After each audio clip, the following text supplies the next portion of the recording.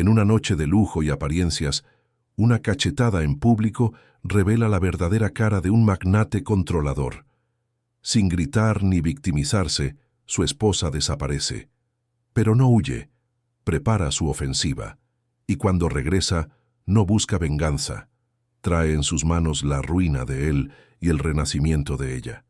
Si esta historia te interesó, no olvides suscribirte a nuestro canal y dinos desde qué ciudad nos estás viendo. Continuamos. Te prometo que esta será la mejor historia que escucharás en tu vida. El gran salón del castillo de Chapultepec brillaba como una joya suspendida en el corazón de la Ciudad de México. Candelabros de cristal pendían del techo alto, cada pieza importada de Francia y montada por artesanos especializados, reflejando luces doradas sobre las mesas decoradas con arreglos de rosas blancas y orquídeas importadas que perfumaban el aire con una fragancia suave. El evento benéfico promovido por la Fundación Esperanza reunía a lo más influyente del panorama empresarial mexicano. Políticos de talla nacional, inversionistas internacionales, celebridades y empresarios circulaban entre las mesas. Copas de champaña francesa en mano, sonrisas calculadas en los rostros cuidadosamente maquillados. Era una noche de apariencias, una noche en que cada gesto, cada palabra, cada mirada cargaba un peso estratégico. Elena Hernández ajustó discretamente el vestido azul marino que abrazaba su cuerpo con elegancia sobria. La tela de seda caía suavemente sobre su vientre ya redondeado de 6 meses de embarazo.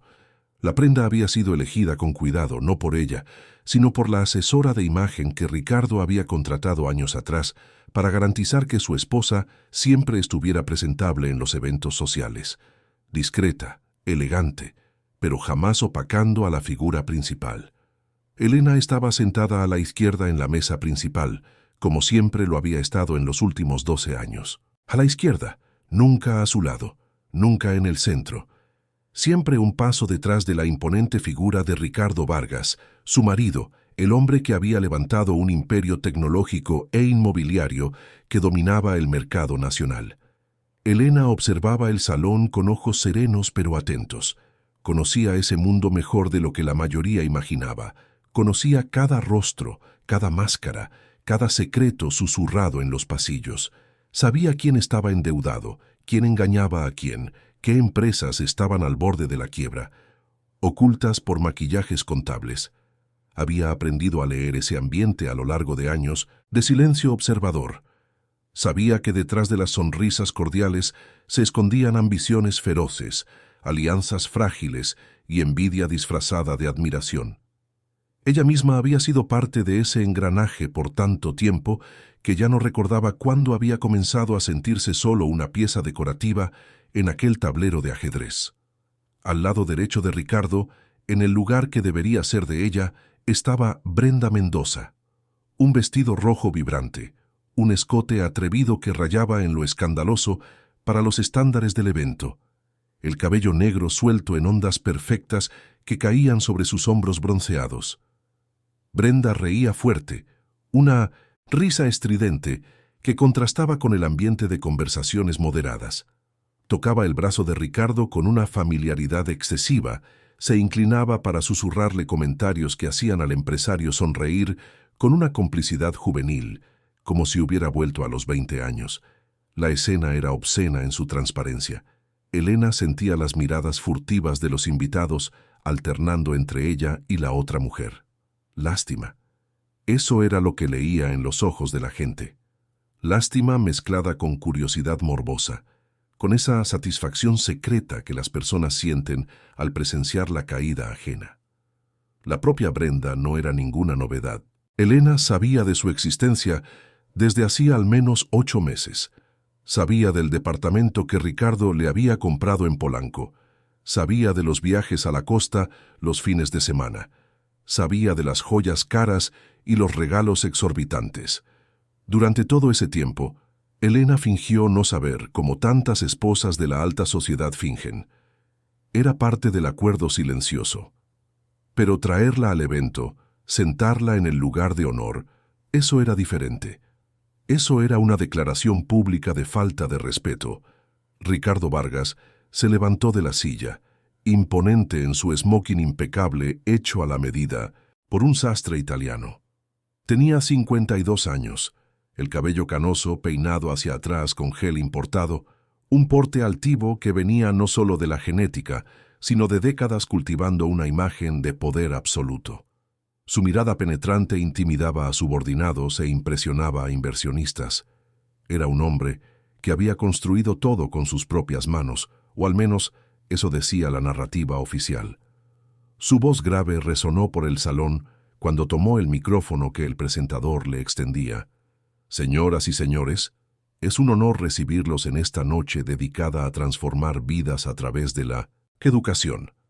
La Fundación Esperanza representa nuestro compromiso con el futuro de México, con las próximas generaciones que construirán un país más justo y próspero. Invertir en educación no es solo una cuestión moral, es una estrategia inteligente de desarrollo nacional. Cada niño que educamos hoy es un profesionista calificado mañana, es un ciudadano consciente, es una semilla de transformación social. Aplausos educados llenaron el ambiente. Elena mantenía las manos posadas sobre su regazo, los dedos entrelazados. Conocía ese discurso palabra por palabra. Había ayudado a escribirlo 3 semanas atrás, como había hecho con tantos otros a lo largo de los años. Ricardo nunca lo mencionaba. Nunca mencionaba que las palabras que impresionaban a las audiencias, que conmovían a los inversionistas, que abrían puertas en la capital, provenían muchas veces de la mente creativa de la esposa discreta que permanecía en las sombras. Recordó cómo había conocido a Ricardo.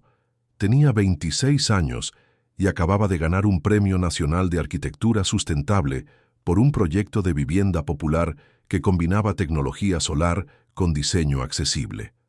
Ricardo estaba en el público de la ceremonia, con 40 años en ese entonces, ya un empresario consolidado en el ramo inmobiliario tradicional. La buscó después del evento, elogió su trabajo, la invitó a cenar. Fue encantador, atento, impresionante. Dijo que quería incorporar sus ideas a sus desarrollos. Dijo que ella podría revolucionar el mercado. Dijo tantas cosas hermosas. Se casaron 6 meses después. Y lentamente, imperceptiblemente, Elena fue siendo absorbida por la estructura de Ricardo. Sus ideas eran implementadas, pero siempre bajo el nombre de Grupo Vargas. Sus proyectos cobraban vida, pero la firma era corporativa. Cuando nació Rafael, un año después de la boda, Elena pensó en protestar, en exigir reconocimiento, pero Ricardo la convenció de que era mejor así. Su nombre la protegía, decía él. La exposición pública podría ser peligrosa, argumentaba, y Elena, exhausta con la maternidad reciente, aceptó. Ahora, 12 años después, sentada en aquel opulento salón mientras su marido daba un discurso con sus palabras, Elena se dio cuenta de lo ingenua que había sido. No era protección, era apropiación. Ricardo no la escondía para protegerla, la escondía para robarle el brillo. La noche siguió su curso predecible. Platillos exquisitos fueron servidos por meseros impecablemente uniformados, entrada de vieiras con espuma de maracuyá, plato principal de cordero en costra de hierbas y puré trufado. Vinos caros de cosechas especiales circularon por las mesas. Conversaciones superficiales sobre el mercado de valores, política internacional y viajes a destinos exóticos dominaban las mesas. Elena participaba poco. Respondía cuando le preguntaban con respuestas educadas y vacías. Sonreía cuando era necesario con esa sonrisa que había aprendido a fabricar. Estaba cansada. El embarazo pesaba no solo en su cuerpo, sino en su alma. Este sería su segundo hijo. El primero, Rafael, tenía 9 años y estudiaba en un internado en Suiza. La separación de su hijo aún dolía. Elena extrañaba al niño todos los días, sus risas, sus abrazos apretados, sus preguntas curiosas sobre todo. Pero Ricardo había insistido en que la educación en el extranjero era esencial para formar un heredero a la altura del Imperio Vargas. Elena protestó al principio, pero su marido fue inflexible, y ella, como siempre, cedió.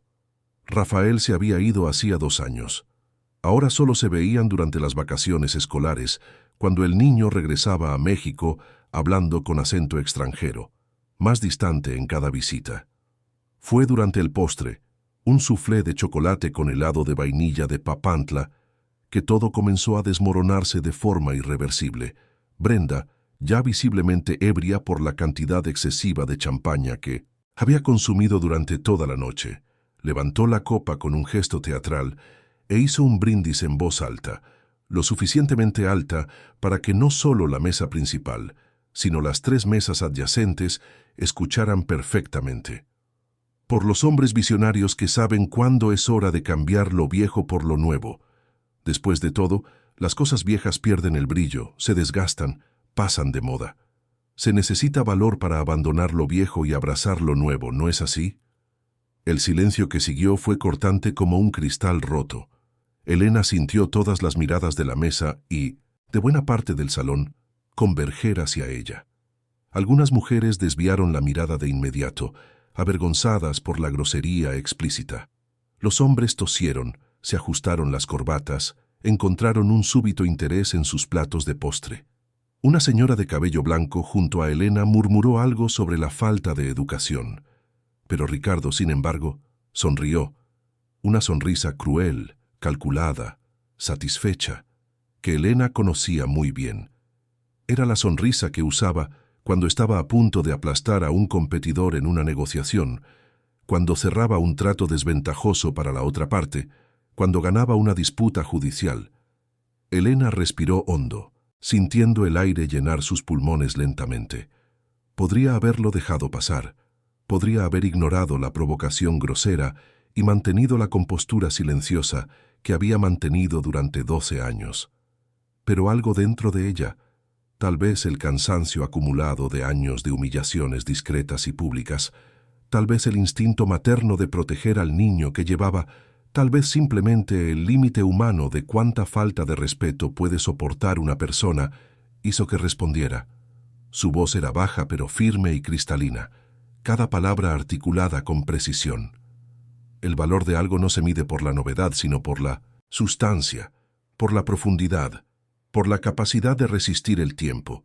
Hay cosas que el tiempo solo refina, como los buenos vinos, como las obras de arte, como las relaciones verdaderas. Y hay cosas que, por más brillantes que parezcan bajo las luces, no son más que vidrio barato disfrazado de cristal.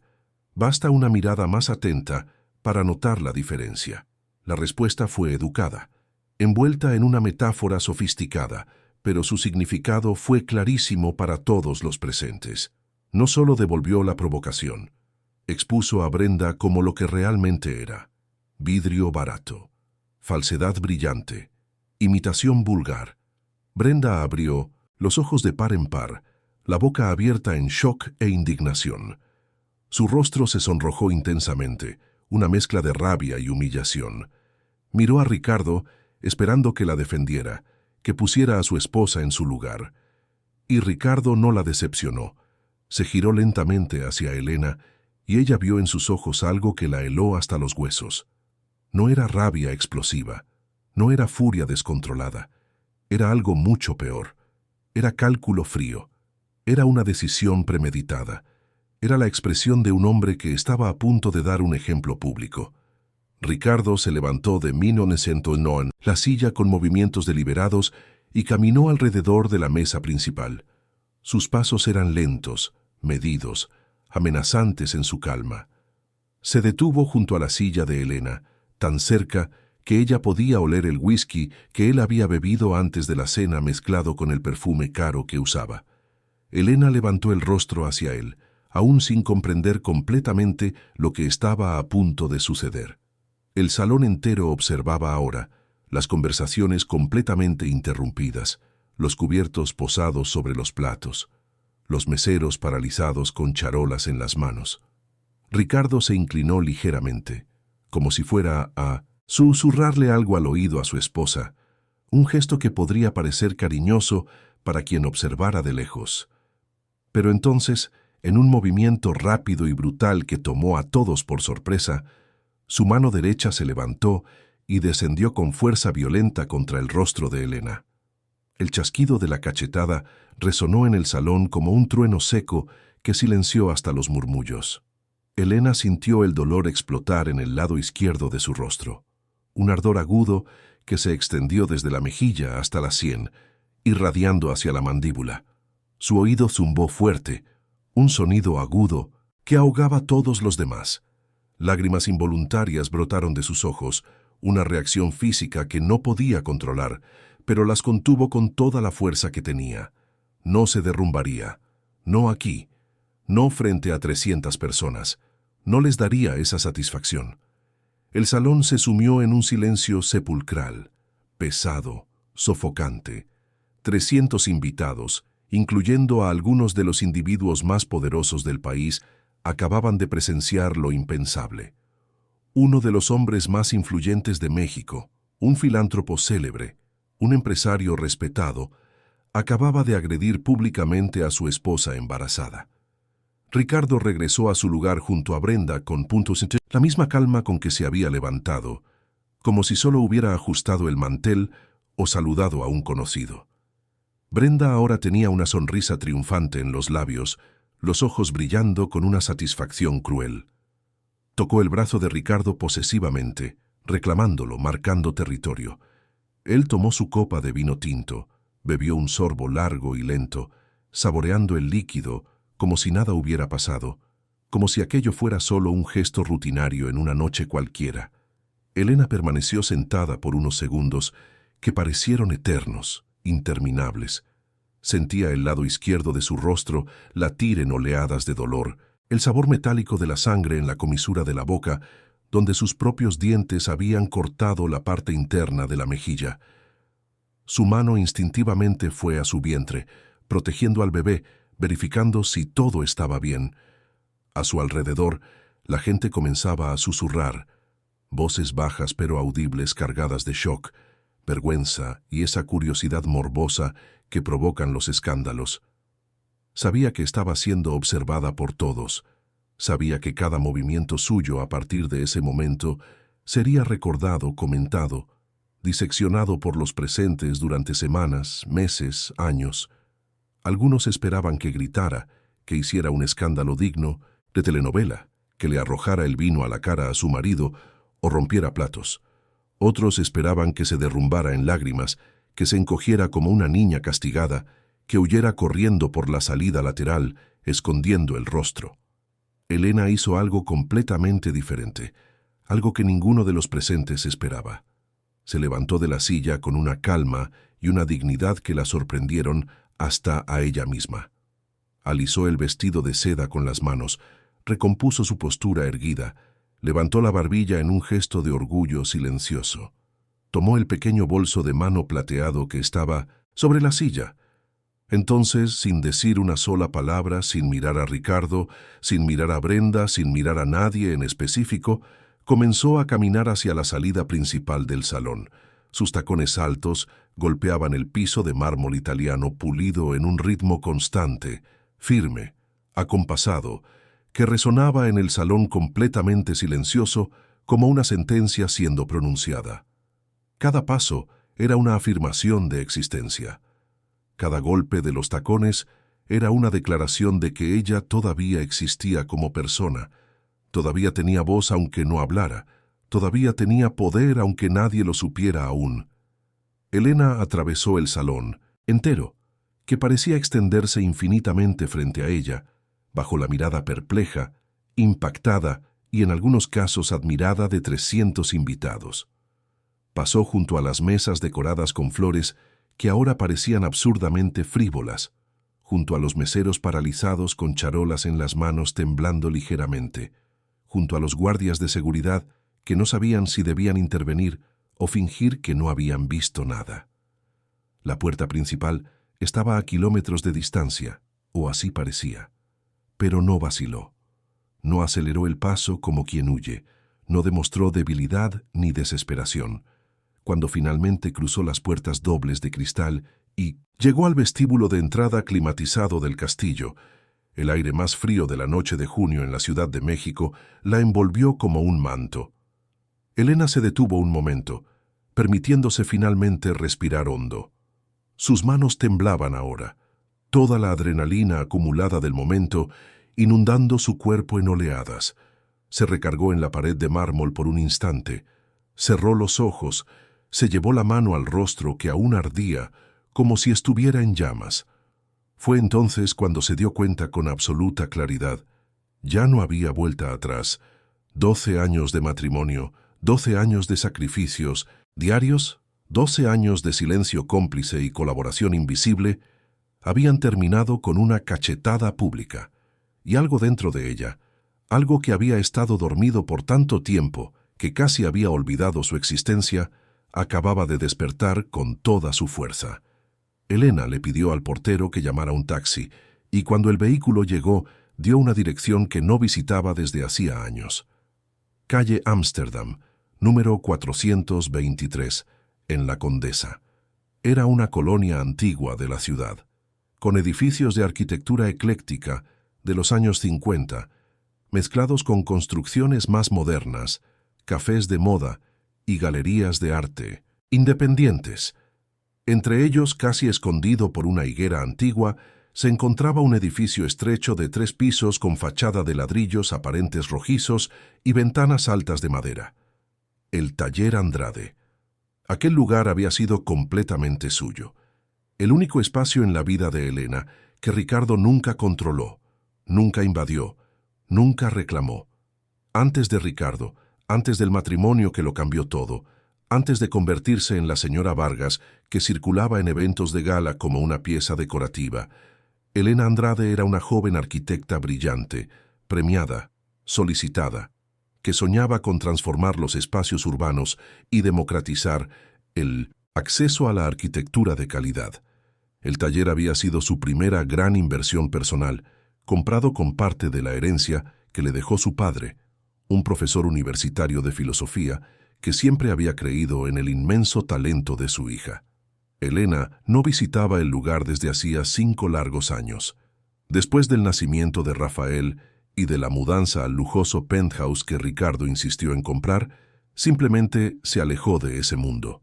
Mantenía el taller alquilado a un grupo de diseñadores freelance que pagaban un monto simbólico, más por el mantenimiento del espacio que por la ganancia. Pero ahora, al bajar del taxi en la calle tranquila y pararse frente a la puerta de madera desgastada por el tiempo y la lluvia, sintió como si estuviera volviendo a casa por primera vez en mucho, mucho tiempo.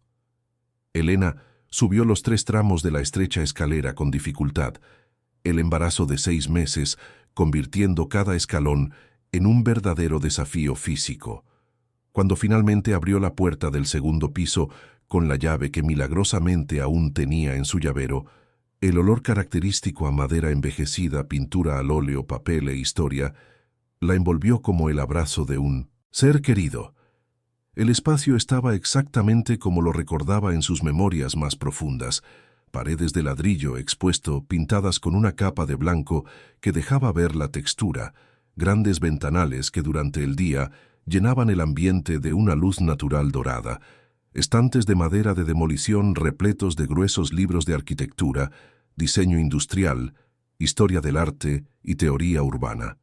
En la esquina, junto a la ventana principal, su viejo respirador de dibujo todavía estaba allí, fiel compañero de tantos proyectos, cubierto por una tela blanca ya empolvada. Elena encendió las luces amarillentas y caminó lentamente por el espacio olvidado, cada paso despertando recuerdos dormidos. Sus dedos tocaron los lomos gastados de los libros que había estudiado en la universidad, acariciaron la superficie lisa de la mesa de dibujo de madera maciza, donde había creado sus primeros proyectos profesionales, recorrieron con cariño los bocetos antiguos que aún estaban clavados en las paredes con tachuelas oxidadas. Proyectos que había desarrollado años atrás, cuando todavía creía que podía cambiar el mundo a través de la arquitectura.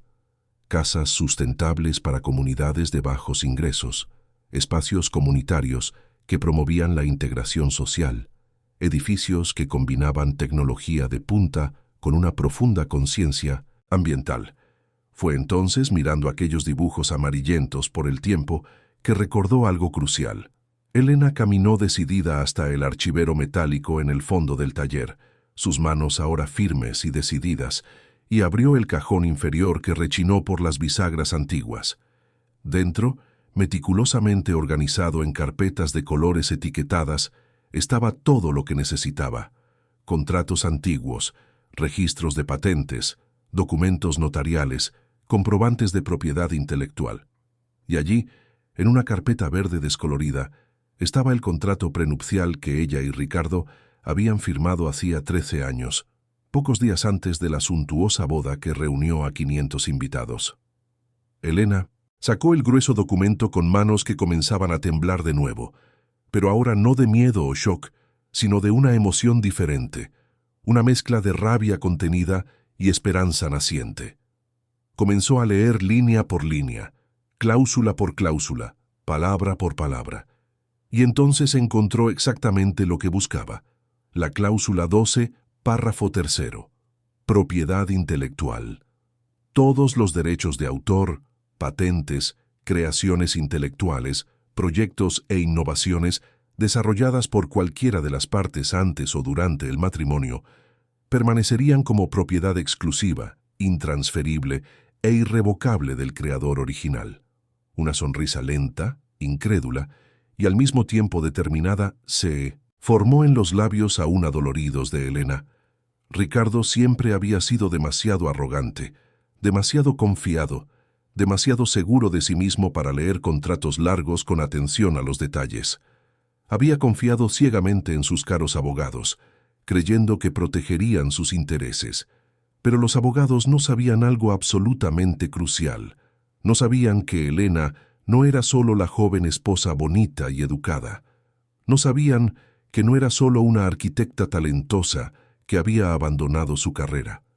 Ella era la mente brillante detrás de muchas, si no la mayoría, de las innovaciones tecnológicas y arquitectónicas que sostenían y hacían prosperar al poderoso Grupo Vargas, el revolucionario e inteligente sistema de control ambiental de los edificios comerciales que la empresa de Ricardo comercializaba a clientes corporativos por millones. Era creación suya, registrada a su nombre. Los innovadores planos arquitectónicos de los principales desarrollos comerciales de Grupo Vargas, que ganaron premios internacionales. Eran proyectos suyos, firmados por ella. El complejo software de gestión energética automatizada, que reducía los costos operativos en un 40%, y se convirtió en el diferenciador competitivo de la empresa. Era desarrollo suyo, patentado a su nombre de soltera, todo debidamente registrado, todo legalmente patentado, todo a su nombre completo. Elena María Andrade Hernández. Nunca había pensado en ello como poder de negociación o arma estratégica. Siempre había considerado sus contribuciones técnicas y creativas como parte natural del matrimonio, parte de la construcción conjunta de un futuro compartido, parte de lo que significaba ser una compañera. Pero ahora, sentada en aquel taller silencioso y lleno de recuerdos, con el rostro aún adolorido y marcado por la cachetada, con un hijo inocente creciendo protegido en su vientre, Elena comprendió algo absolutamente fundamental que lo cambiaría todo. Ella no necesitaba a Ricardo para nada. Nunca lo necesitó. Era exactamente al revés. Él era quien siempre había dependido fundamentalmente de ella. Elena tomó su celular con manos firmes y miró la pantalla brillante por un largo momento de decisión. Había un número que no marcaba desde hacía casi 10 años, guardado en su memoria, pero nunca usado. Antonio Ferrer. Un inversionista español radicado en México desde hacía 15 años, dueño de un poderoso fondo de inversión internacional que rivalizaba directamente con los negocios de Ricardo en varios frentes. Años atrás, poco antes de aceptar la propuesta de matrimonio de Ricardo, Antonio había intentado personalmente reclutar a Elena para trabajar exclusivamente en sus desarrollos europeos y mexicanos. Le había ofrecido una sociedad igualitaria, autonomía creativa total, recursos ilimitados, todo lo que una joven y talentosa arquitecta podría soñar. Pero ella había elegido a Ricardo. Había elegido lo que creía que era amor verdadero, o lo que en ese momento ingenuo de su juventud interpretó como amor.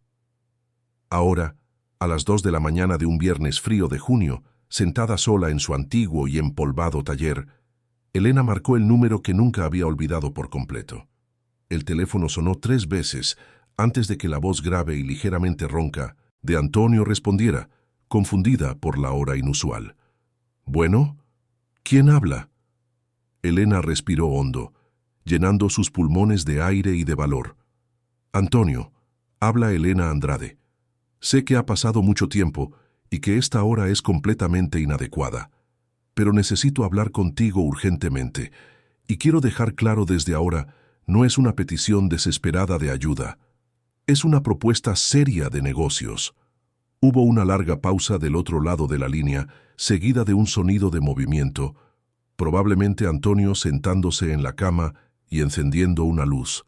Luego respondió, y Elena pudo oír claramente el agudo interés y la intensa curiosidad en su voz. «Elena Andrade, sinceramente pensé que nunca más volvería a escuchar ese nombre en mi vida. Simplemente desapareciste del mapa profesional. Soy todo oídos. ¿Qué tienes en mente exactamente?» Y allí, en esa madrugada silenciosa y fría de junio en la Ciudad de México, mientras la ciudad de 20 millones de personas dormía y el castillo de Chapultepec todavía hervía en susurros impactados sobre el escándalo de la noche, Elena comenzó a arquitectar meticulosamente no una venganza mezquina movida por el rencor, sino una reconstrucción estratégica y totalmente legal de su vida y su carrera. No un ataque por rabia, sino una toma legítima de poder por derecho adquirido. Habló durante casi una hora, explicó todos los detalles técnicos de las patentes, mencionó todos los registros oficiales de propiedad intelectual, describió con precisión jurídica la sorprendente fragilidad legal de la corporación de Ricardo. Antonio escuchaba en un silencio concentrado, interrumpiendo solo ocasionalmente para hacer preguntas precisas y específicas, para confirmar información crucial, para calcular mentalmente posibilidades y riesgos. Cuando Elena finalmente terminó su completa exposición, él dijo solo una frase corta pero cargada de significado. «Estaré personalmente en la Ciudad de México mañana a las 9 de la mañana. Nos vemos en tu taller. Vamos a cambiar el juego por completo, Elena. Bienvenida de vuelta». Colgó el teléfono y miró a su alrededor, al espacio que la había acogido con tanto cariño durante tantos años de su juventud. El lugar donde nacieron y crecieron sus más grandes sueños.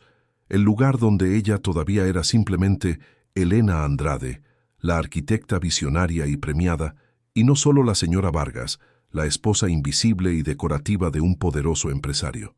Esa noche inusual, Elena durmió en el pequeño y gastado sofá del taller, envuelta en una vieja manta, de lana que olía a naftalina y a recuerdos felices. Su último pensamiento consciente, antes de finalmente quedarse dormida, fue sobre el hijo que llevaba protegido en su vientre. Tocó su vientre redondeado con infinito cariño maternal y susurró una promesa silenciosa pero absoluta.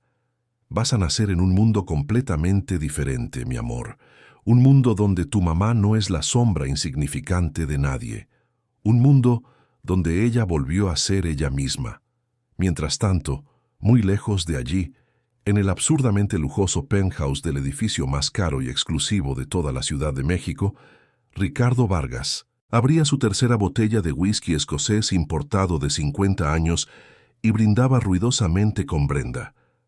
Reía a carcajadas, completamente ebrio, no solo por el alcohol, sino por la sensación de poder absoluto, convencido de que finalmente había establecido su dominio definitivo e incuestionable, convencido de que Elena volvería en pocas horas llorando a mares, pidiendo perdón de rodillas, implorando humildemente quedarse y prometiendo nunca más volver a desafiarlo. No tenía la menor idea, ni siquiera sospechaba remotamente, de que esa brutal cachetada no había quebrado a Elena como él pretendía. Solo había despertado abruptamente a la mujer que nunca conoció de verdad. Y esa mujer estaba ahora a punto de darle la vuelta al juego de una manera que él jamás, ni en sus peores pesadillas, imaginaría posible. La fría noche de la Ciudad de México se extendía silenciosa e indiferente sobre los dos mundos que ahora se separaban irrevocablemente. De un lado, un hombre completamente ebrio de arrogancia y poder ilusorio. Del otro, una mujer finalmente despertando a su propio poder olvidado y a su inconmensurable fuerza interior. Y el amanecer que se aproximaba prometía ser radicalmente diferente de todo lo que ambos conocían y esperaban. El primer rayo de sol de la mañana atravesó los grandes ventanales del taller y tocó el rostro de Elena con una suavidad que contrastaba con la dureza de la noche anterior.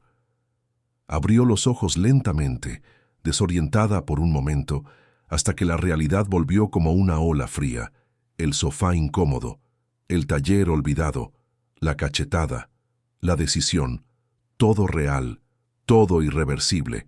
Elena se sentó con dificultad, el embarazo haciendo cada movimiento más laborioso. Le dolía la espalda por la noche mal dormida, pero era un dolor físico que casi agradecía. La mantenía anclada en el presente, impedía que su mente se perdiera en cuestionamientos o arrepentimientos. Se tocó el rostro izquierdo con cuidado. La piel aún estaba sensible, ligeramente hinchada, y una pequeña marca amoratada comenzaba a aparecer a la altura del pómulo, la evidencia física de la violencia. Se levantó despacio y caminó hasta el pequeño baño del taller. El espejo sobre el lavabo reveló a una mujer que apenas reconocía. El cabello despeinado, el maquillaje corrido, el vestido de seda arrugado. Pero había algo diferente en sus ojos, una determinación que no estaba allí antes, una claridad que años de matrimonio habían oscurecido. Elena se lavó el rostro con agua fría, sintiendo la temperatura helada despertar cada terminación nerviosa. Se quitó con cuidado los restos de maquillaje, dejando la marca morada totalmente visible. No la escondería. Era parte de la verdad que necesitaba ser contada. Miró el reloj en la pared. 6:40 de la mañana. Antonio llegaría en poco más de 2 horas. Necesitaba prepararse, pero no tenía ropa adecuada allí. El vestido de gala era absurdo para una reunión de negocios. Elena abrió el viejo armario en la esquina del taller, donde a veces guardaba ropa de trabajo. Encontró un pantalón de vestir negro que usaba años atrás todavía con la etiqueta. Le quedaba un poco apretado en la cintura por el embarazo, pero servía. Una blusa blanca de algodón, simple y discreta, un saco gris que encontró colgado en el fondo. La ropa era sobria, profesional, completamente diferente de los vestidos elaborados que usaba en los eventos junto a Ricardo. Mientras se cambiaba, Elena pensó en el hijo que dormía al otro lado del Atlántico. Rafael, su niño de 9 años, al que veía solo 3 veces al año, que la llamaba los domingos y le hablaba de profesores con apellidos complicados, de deportes, de invierno que ella nunca había practicado, de compañeros cuyos padres eran diplomáticos y empresarios internacionales. Rafael, que se estaba convirtiendo en un extraño educado al teléfono, se preguntó qué pensaría su hijo cuando se enterara, si tomaría el lado de su padre, influenciado por la distancia y el confort material, si entendería las razones de su madre, si algún día perdonaría la separación que estaba a punto de ocurrir. Elena apartó esos pensamientos. No podía permitirse flaquear ahora. Tomó su celular y marcó un número que conocía de memoria. Después de 4 timbres, una voz femenina respondió, todavía somnolienta. «Bueno, Marcia, habla Elena Hernández. Sé que es temprano, discúlpame, pero te necesito hoy, es urgente». Marcia Jiménez era la mejor abogada de derecho civil y empresarial que Elena conocía. Se habían graduado juntas de la universidad y habían mantenido un contacto esporádico a lo largo de los años. Marcia había construido una carrera sólida defendiendo a mujeres en procesos complejos de divorcio y disputas patrimoniales. Era conocida por su enfoque agresivo y su impresionante tasa de éxito. Del otro lado de la línea, hubo un momento de silencio mientras Marcia procesaba quién la llamaba. Entonces su voz cambió por completo, perdiendo cualquier rastro de sueño. «¿Elena? ¿Elena Hernández? Dios mío, ¿cuánto tiempo? ¿Qué pasó? Necesito que vengas a mi antiguo taller en la calle Ámsterdam. Tengo documentos que necesitas ver, y necesito iniciar algunos procesos hoy mismo». Marcia, fue la noche más larga de mi vida, pero también fue la noche en que desperté. Estaré ahí en 1 hora. ¿Puedes esperar? Puedo. Y Marcia, gracias. Elena colgó y comenzó a separar todos los documentos necesarios.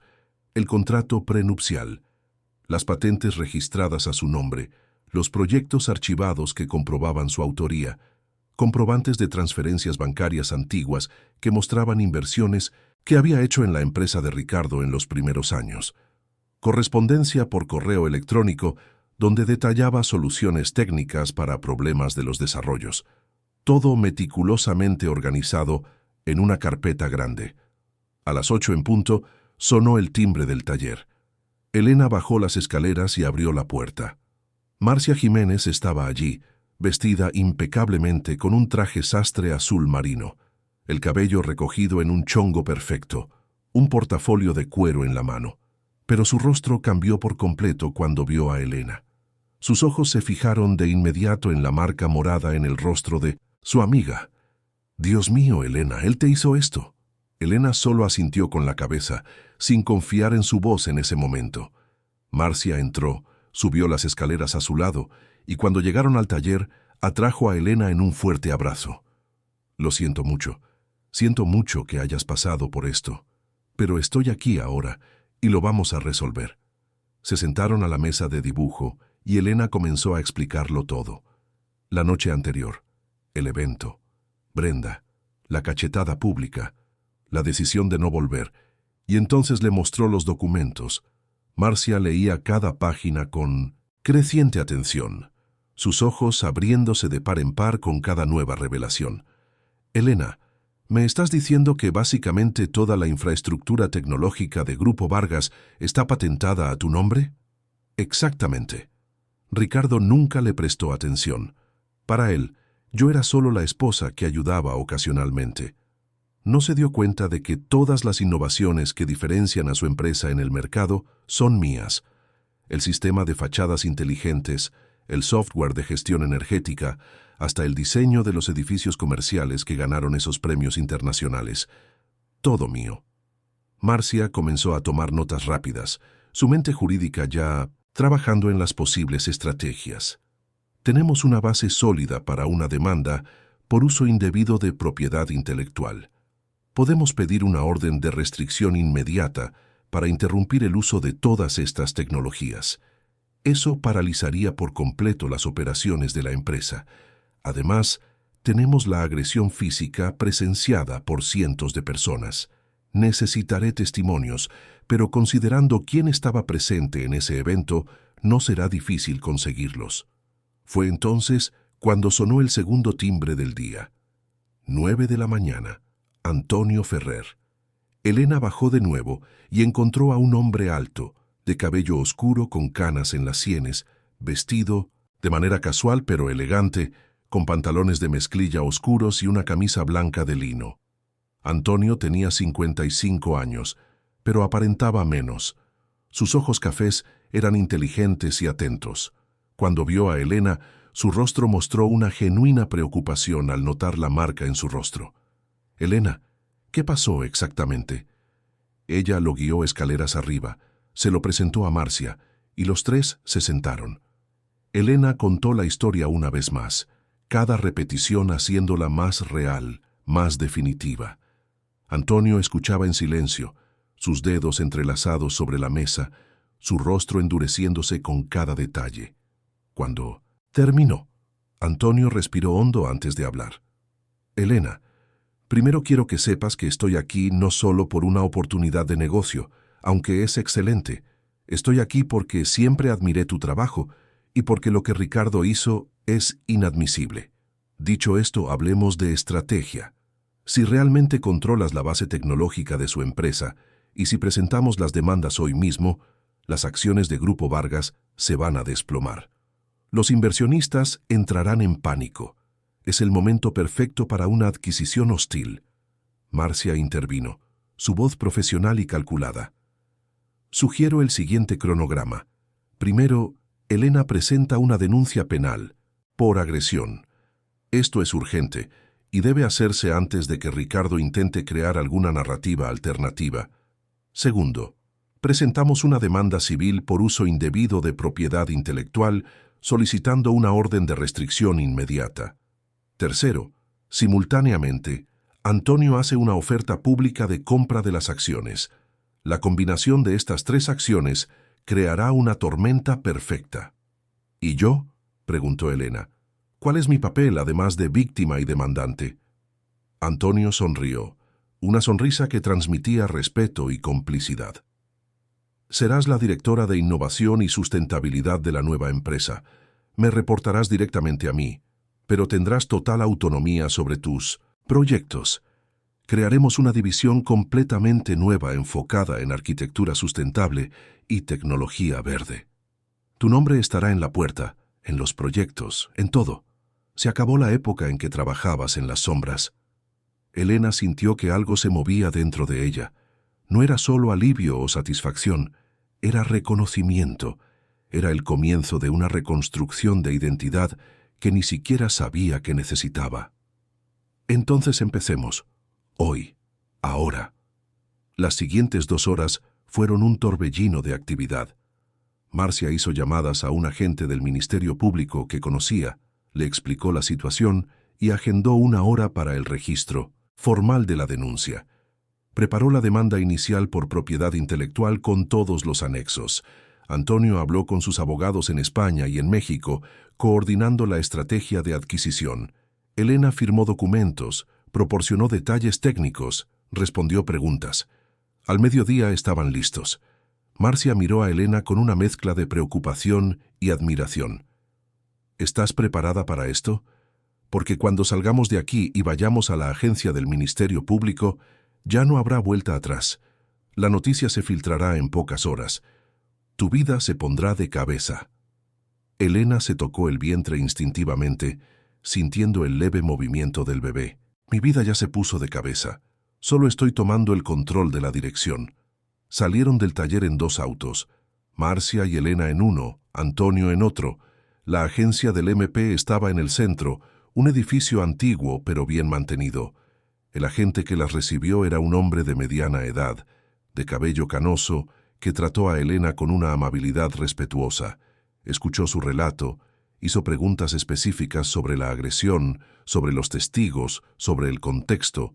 Cuando Elena mencionó cuántas personas estaban presentes, él arqueó las cejas. 300 testigos en un evento benéfico en el castillo de Chapultepec. Va a ser difícil para él negarlo. Se levantó el acta de hechos. Se tomaron fotografías de la marca en el rostro de Elena. Se firmaron documentos. Cuando salieron de la agencia, ya era la 1 de la tarde.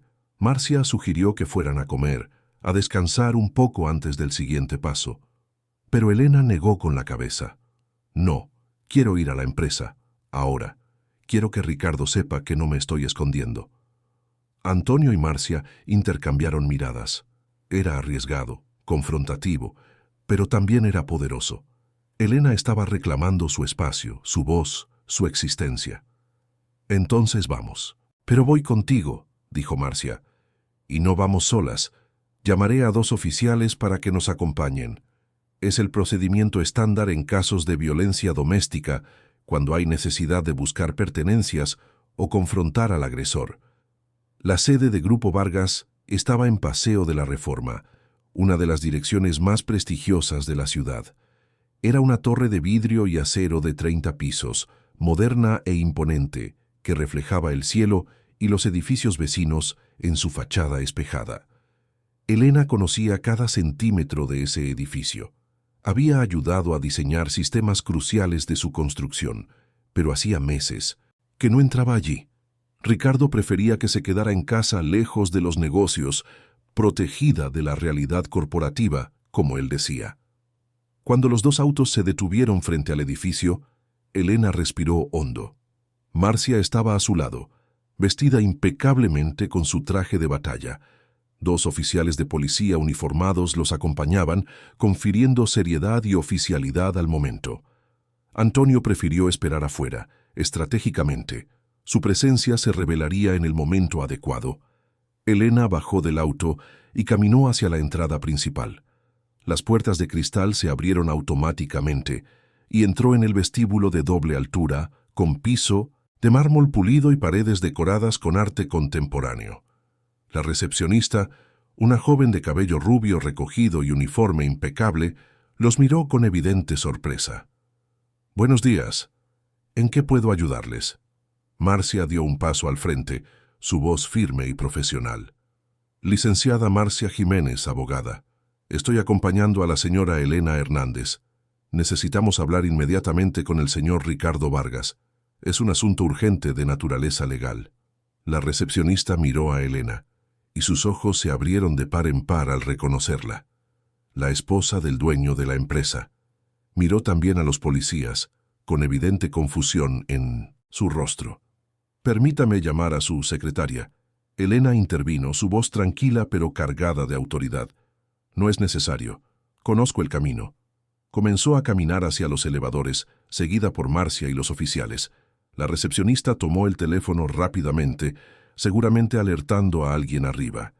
El vestíbulo estaba relativamente vacío, pero los pocos empleados presentes dejaron lo que estaban haciendo para observar la inusual escena. Los murmullos comenzaron de inmediato. «¿No es la esposa del señor Vargas? ¿Por qué está con policías? ¿Viste la marca en su cara?». Elena ignoró los comentarios y entró en el elevador.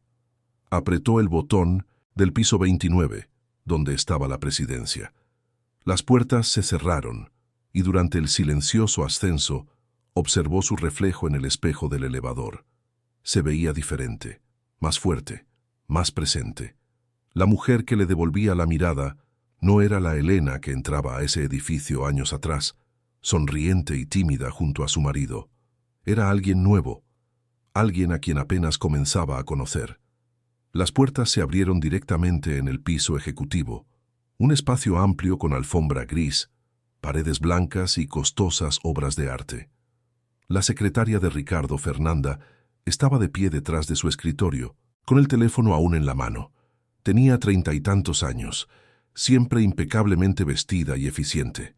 Sus ojos se abrieron como platos al ver a Elena con los policías.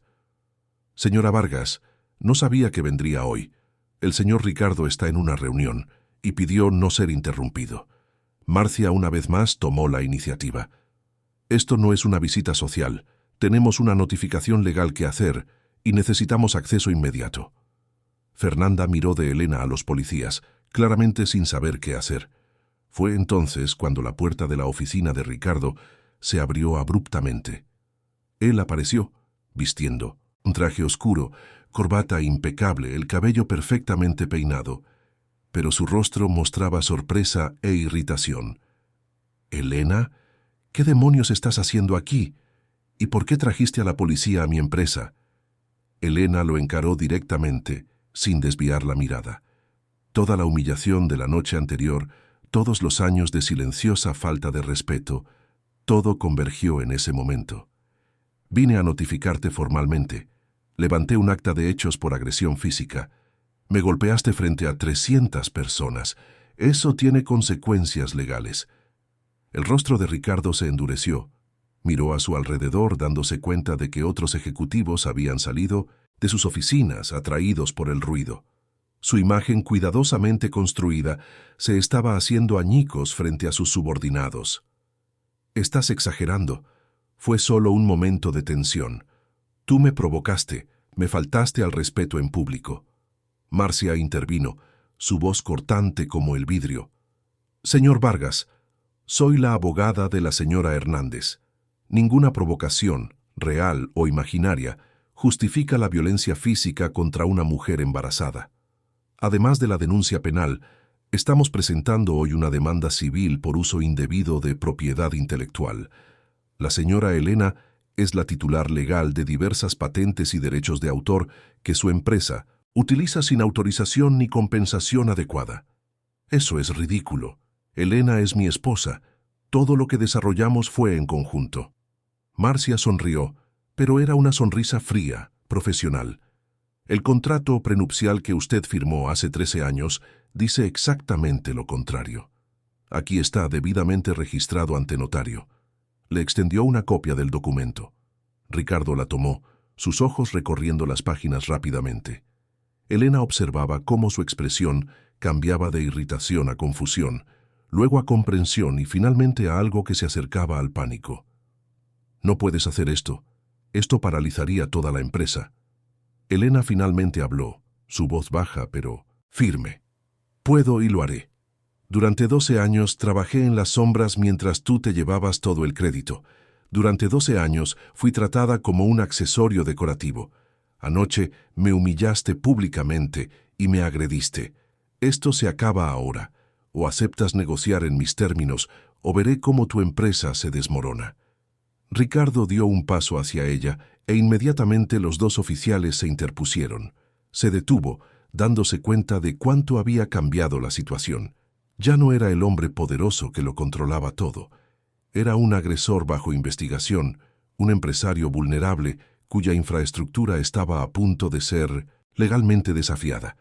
Fue entonces cuando el elevador se abrió de nuevo y Antonio Ferrer entró en el piso con 2 de sus abogados. Su presencia era como una declaración de guerra. Ricardo lo reconoció de inmediato y su rostro palideció. «¿Ferrer? ¿Qué estás haciendo aquí?» Antonio caminó tranquilamente hasta quedar frente a él, su postura relajada pero sus ojos calculadores. «Vine a hacer una oferta por tu empresa, Ricardo. O mejor dicho, por lo que quede de ella cuando las acciones legales de Elena surtan efecto. 51% de las acciones por una fracción de su valor de mercado.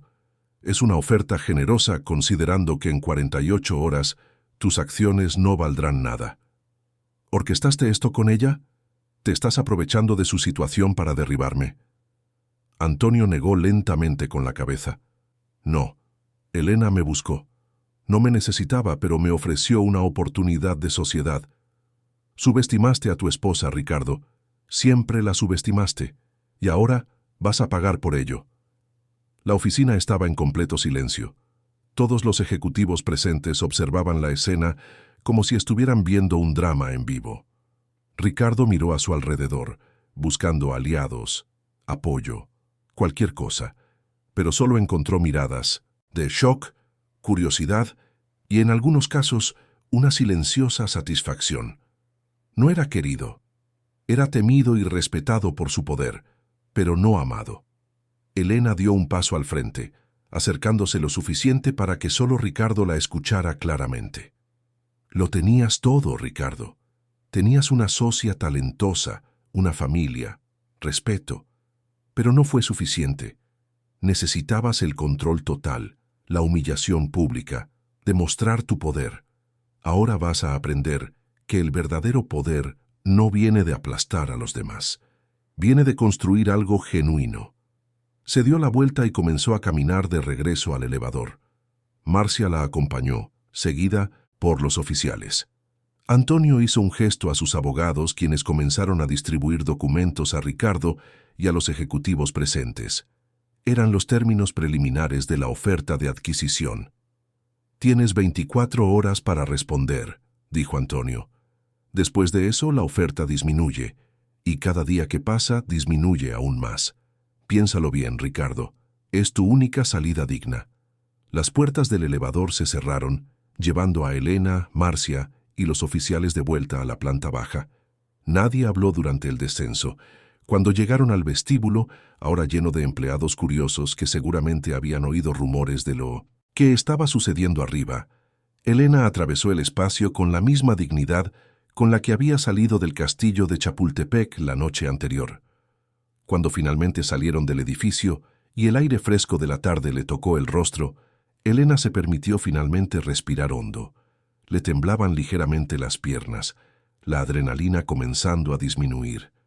Marcia la sostuvo del brazo, un apoyo silencioso. «Estuviste increíble allá adentro. En serio, lo destrozaste sin siquiera levantar la voz. No se trataba de destrozarlo, se trataba de encontrarme a mí misma». Antonio salió del edificio momentos después, con una sonrisa de satisfacción en el rostro. Las acciones de la empresa ya comenzaron a caer. La noticia se está esparciendo. 24 horas, Elena. En 24 horas tendrás lo que siempre mereciste: reconocimiento, autonomía y poder sobre tu propio destino. Elena miró el edificio de cristal que se erguía detrás de ellos, reflejando las nubes que pasaban lentamente por el cielo de la Ciudad de México. Esa torre había representado tantas cosas en su vida: admiración, ambición, frustración, prisión. Ahora era solo un edificio, vidrio y acero, sin poder sobre ella. «Vamos», dijo. «Tengo un futuro que empezar a construir». Subieron a los autos y se alejaron de Paseo de la Reforma. Elena miró por la ventana, observando la ciudad que conocía desde hacía tanto tiempo pasar en movimiento. La Ciudad de México, con sus contrastes, sus rascacielos y sus barrios populares, su energía caótica y su belleza oculta. Siempre había amado esa ciudad, siempre había querido contribuir a hacerla mejor, más sustentable, más humana. Ahora tendría la oportunidad. Su teléfono sonó. Era un número desconocido. Atendió con cautela. «Señora Hernández, habla Isabel Méndez de la revista Negocios y Poder. Supe del incidente en el castillo anoche y del movimiento en Grupo Vargas hoy. Me gustaría una entrevista exclusiva con usted». Elena pensó por un momento. Una parte de ella quería privacidad, quería resolver todo lejos de los reflectores, pero otra parte, la que estaba despertando, entendía el poder de la narrativa pública. Si no contaba su historia, otros la contarían por ella, y probablemente la contarían mal. «Sí, pero con algunas condiciones. Quiero hablar no solo de lo que pasó, sino de propiedad intelectual, del trabajo invisible de las mujeres en empresas familiares, de la reconstrucción. ¿Puede hacer eso?». Del otro lado de la línea, la periodista respondió con un entusiasmo apenas contenido. «Absolutamente. Eso es exactamente lo que se necesita decir. ¿Podemos agendar para mañana?». «Mañana. En mi taller en la calle Ámsterdam, a las 10 de la mañana». «Perfecto. Gracias, señora Hernández». Cuando Elena colgó, Marcia la miraba con aprobación. «Estás aprendiendo rápido. El control de la narrativa es la mitad de la batalla». El auto se detuvo de nuevo frente al taller. Elena subió las escaleras lentamente, exhausta emocional y físicamente. Cuando entró en el espacio familiar se sentó en el sofá y finalmente permitió que las lágrimas vinieran. No eran lágrimas de tristeza o arrepentimiento. Eran lágrimas de liberación, de años de tensión finalmente soltándose, de una identidad siendo recuperada. Se tocó el vientre, sintiendo al bebé moverse ligeramente dentro de ella. «Vas a nacer libre», susurró. «Tu mamá se va a encargar de eso». Afuera, el sol comenzaba a ponerse sobre la Ciudad de México, tiñendo el cielo de naranja y rosa. Un nuevo día llegaría en pocas horas, y con él, la continuación de una transformación que apenas había comenzado. Elena cerró los ojos, permitiéndose descansar por primera vez en 24 horas. Cuando despertara, habría más batallas, más decisiones, más reconstrucción. Pero por ahora, en ese momento, de silencio en el taller que siempre había sido suyo, Elena Andrade estaba finalmente en paz con sus elecciones. La noticia se esparció como pólvora. Antes incluso de que el sol saliera por completo a la mañana siguiente, los principales medios de comunicación de la Ciudad de México ya publicaban titulares sobre el escándalo. Empresario agrede a esposa embarazada en evento benéfico. Grupo Vargas enfrenta crisis legal sin precedentes. La arquitecta oculta detrás del imperio tecnológico se revela. Cada portal, cada periódico, cada programa matutino tenía su versión de los hechos. Y lo más impresionante era que, por primera vez en su vida, Elena no era citada solo como la esposa de alguien. Era Elena Andrade, arquitecta premiada, titular de patentes revolucionarias, víctima de violencia doméstica que decidió no callar. Elena despertó en el taller con el celular vibrando incesantemente. Eran mensajes de antiguos compañeros de la universidad, conocidos con los que no hablaba en años, incluso personas que apenas conocía ofreciéndole su apoyo. Algunos mensajes eran genuinos, llenos de solidaridad. Otros claramente buscaban información privilegiada, chismes de primera mano. Elena ignoró la mayoría y se centró en los que realmente importaban. Uno era de Antonio, informando que las acciones de Grupo Vargas habían caído un 18% en la apertura del mercado y seguían en caída libre. Los inversionistas institucionales comenzaban a deshacerse de sus posiciones. El Consejo de Administración había convocado una reunión extraordinaria para esa tarde. Otro mensaje era de Marcia, con una copia del documento que sería presentado en el juzgado esa misma mañana. La demanda inicial por propiedad intelectual era un texto jurídico denso, pero Elena podía identificar los puntos cruciales. Estaban solicitando una orden de restricción para la suspensión inmediata del uso de 7 patentes diferentes, además de una compensación financiera retroactiva por los últimos 10 años de uso no autorizado. Los montos mencionados eran astronómicos, suficientes para quebrar la empresa o forzar una negociación drástica. Elena se levantó con dificultad, su cuerpo protestando contra otra noche en el incómodo sofá. Necesitaba encontrar un lugar mejor donde quedarse. No volvería al penthouse que había compartido con Ricardo, eso estaba fuera de discusión. Pero el taller, por más cargado de recuerdos positivos que estuviera, no era adecuado para una mujer embarazada de 6 meses. Hizo una nota mental para pedirle a Marcia que encontrara un departamento para alquilar, algo discreto, funcional, temporal. A las 9 de la mañana, Elena tomaba café con pan dulce que había comprado en la panadería de la esquina cuando llegó Marcia, trayendo consigo una maleta con ropa. Tomé algunas cosas de tu casa. Hablé con la señora del servicio, doña Olga. Está preocupada por ti.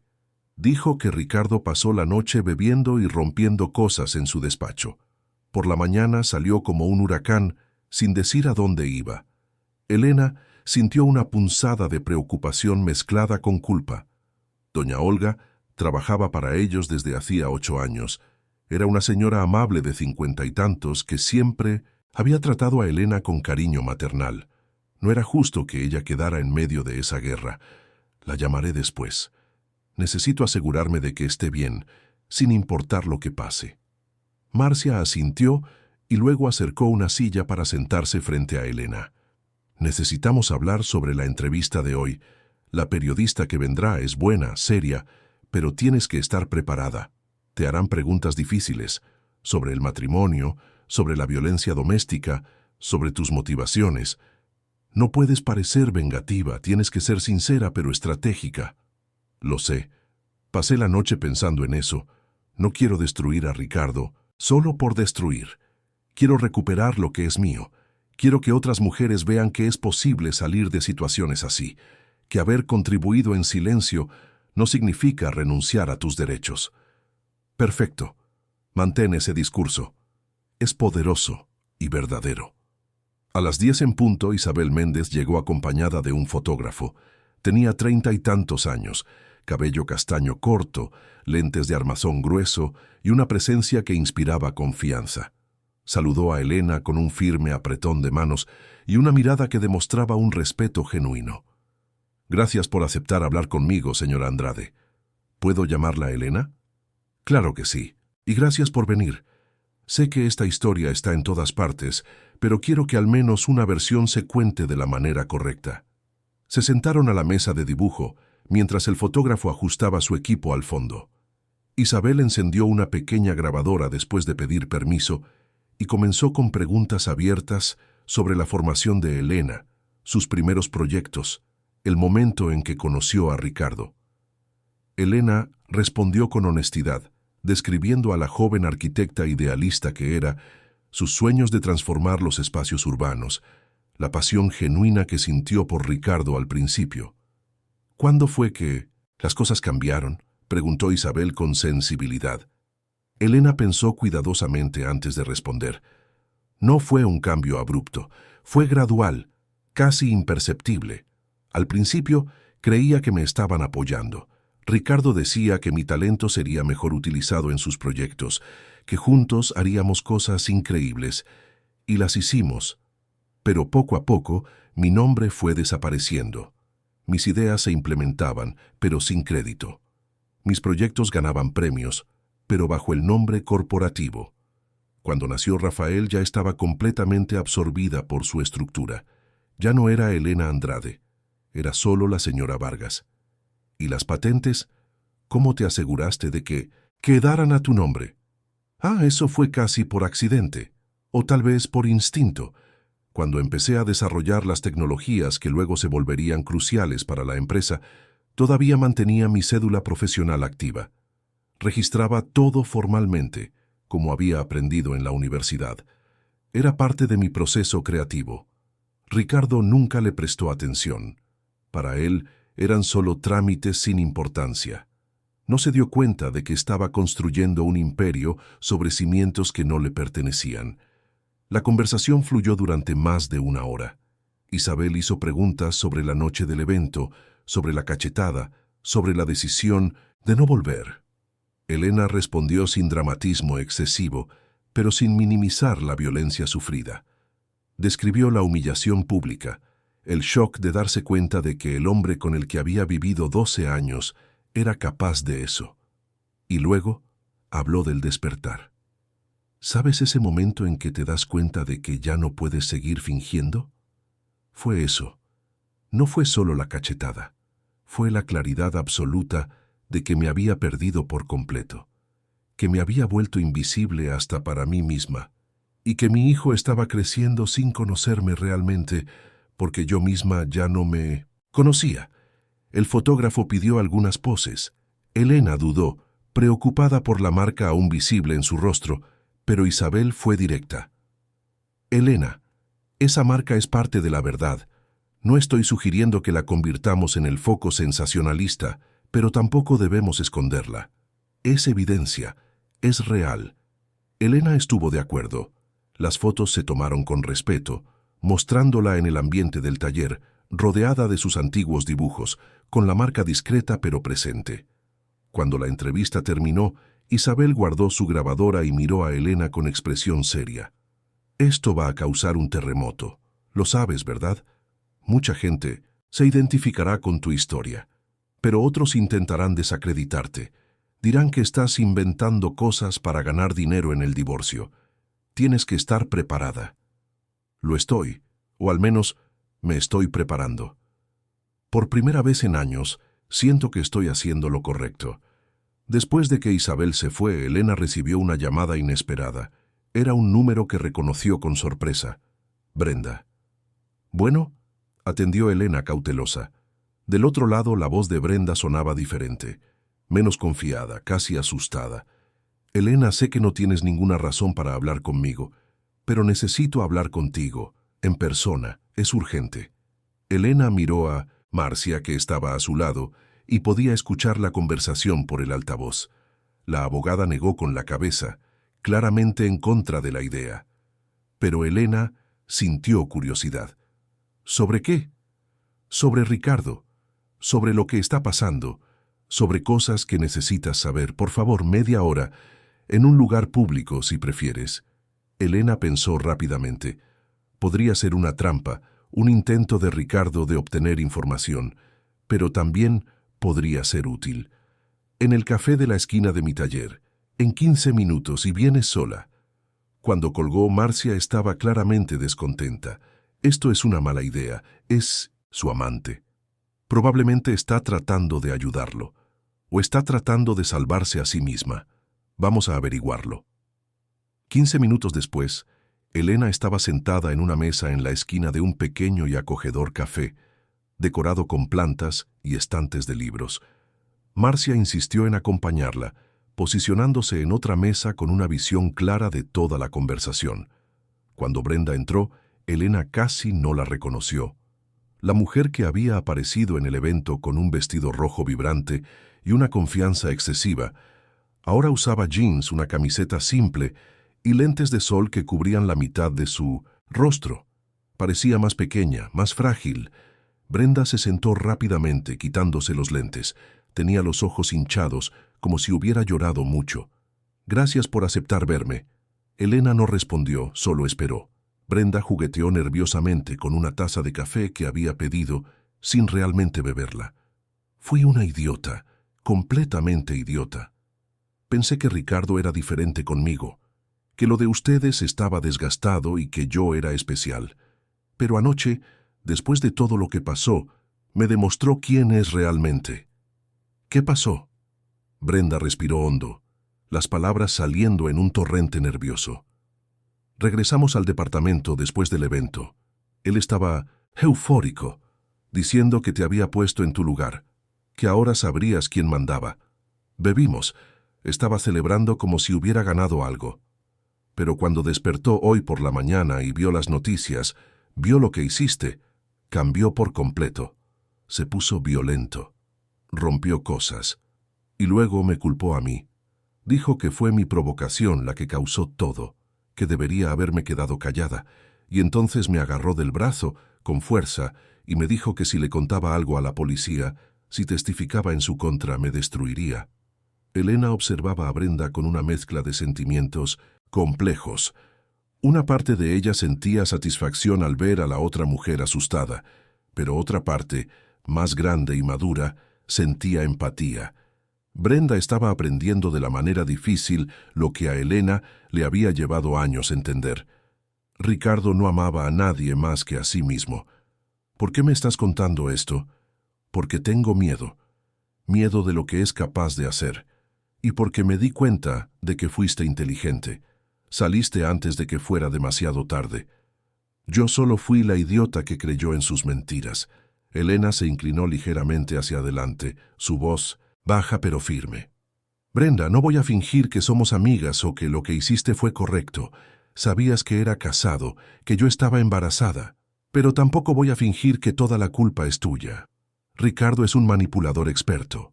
Hizo contigo lo que hizo conmigo. Te hizo creer que eras especial, única, diferente. Brenda se limpió una lágrima que le corría por el rostro. ¿Qué hago ahora? Elena pensó cuidadosamente. Había una oportunidad allí. Una oportunidad de fortalecer su caso y, al mismo tiempo, ayudar a otra mujer a salir de una situación peligrosa. Testifica. Cuenta todo, lo que viste, todo lo que oíste. La policía necesitará testimonios sobre lo que pasó en el evento y sobre su comportamiento después, y si te amenazó, eso también es un delito. Pero me va a destruir. Conoce a gente poderosa. Está perdiendo ese poder rápidamente, y tú tienes algo que él no puede quitarte. La verdad.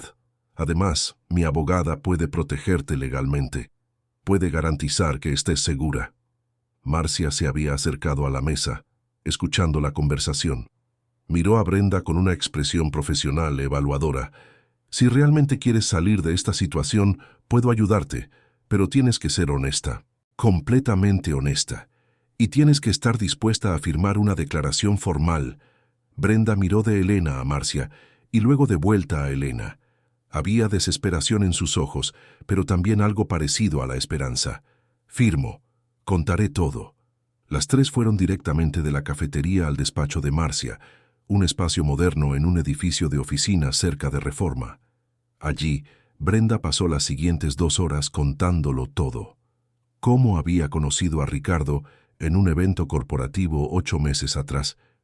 Cómo la había cortejado con regalos caros y promesas.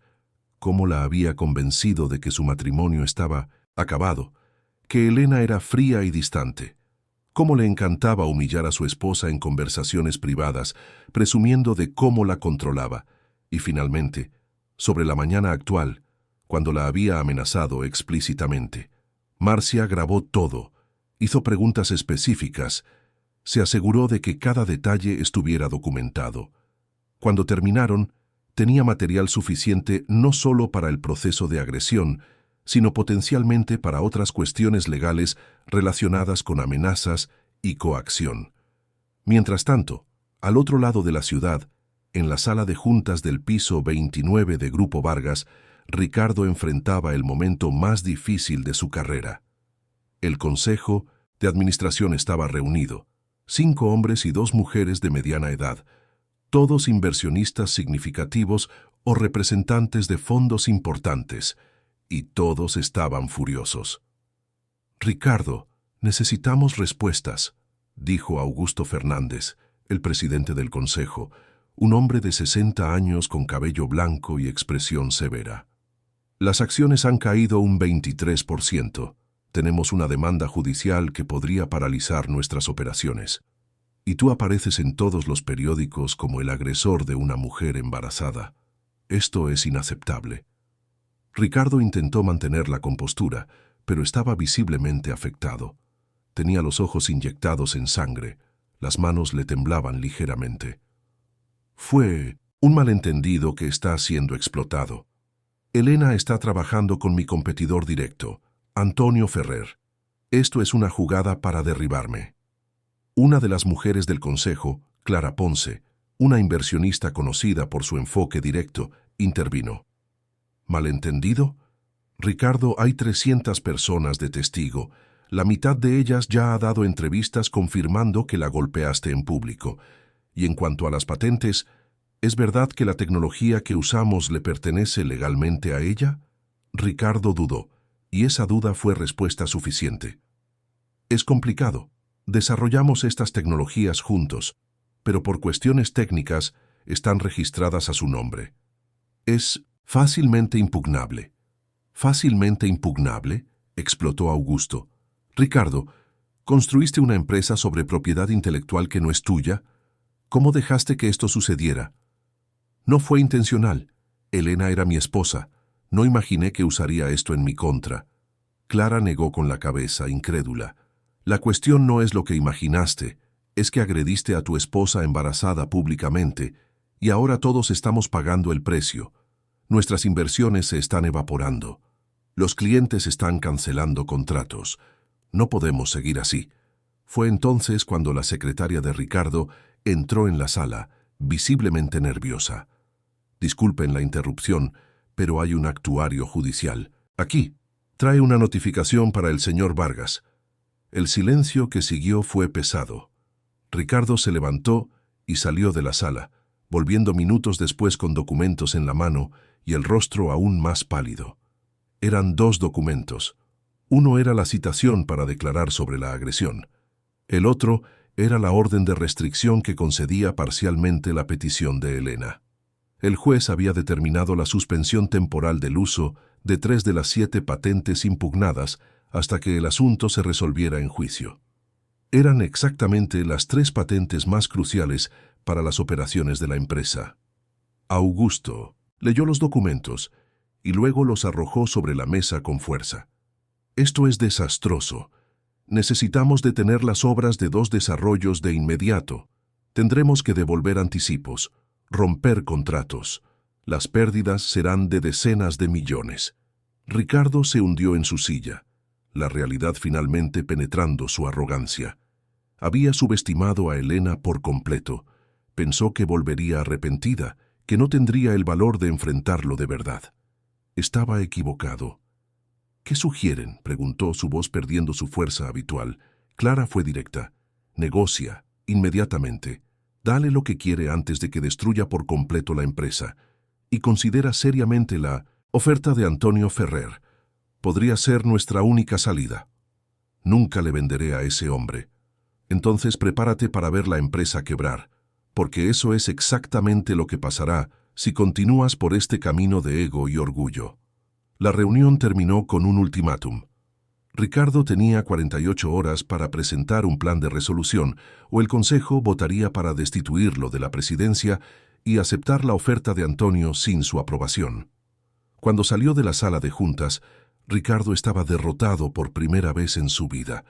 Siempre había logrado controlar las situaciones, manipular a la gente, encontrar salidas, pero ahora estaba acorralado, y lo más irónico era que había sido acorralado por la única persona que pensó que nunca representaría una amenaza. Esa tarde se publicó el artículo de Isabel Méndez.